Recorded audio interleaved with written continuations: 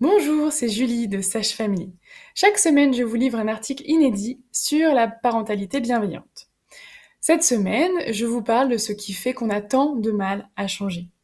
Pourtant, ce sont bien des données scientifiques. Les neurosciences nous ouvrent les yeux sur le fonctionnement du cerveau, sur son évolution et sur comment aider notre enfant à développer au mieux ses capacités. On sait depuis un petit moment maintenant que le stress, ça nous fait sécréter du cortisol et que le cortisol nous empêche d'apprendre. On sait depuis un petit moment que quand on crie sur notre enfant, quand on le punit, ça le fait stresser et que du coup il ne peut pas apprendre.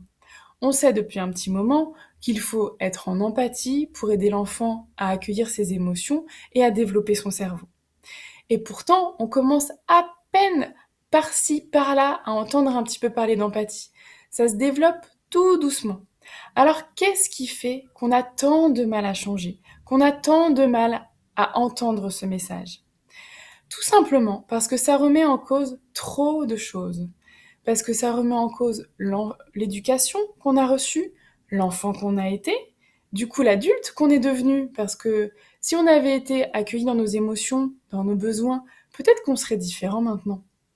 Et ça remet aussi en question l'éducation qu'on donne aujourd'hui à nos enfants.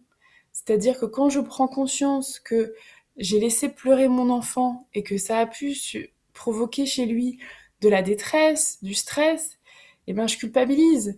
Mais c'est difficile d'admettre ça. Alors du coup, je vais me réfugier derrière des phrases comme bah une fessée ça a jamais tué personne, et puis il faut les punir de toute façon, il n'y a que comme ça que ça marche. Plein de phrases comme ça qu'on continue de se répéter pour ne pas changer, parce que c'est difficile de changer. La bonne nouvelle, c'est que c'est possible. Ça demande de l'exercice, ça demande de l'entraînement, ça demande de l'énergie, mais c'est possible. Alors, je vous en dis plus dans mon article qui sortira vendredi à 11 h sur sagefamily.fr. Allez, bye bye!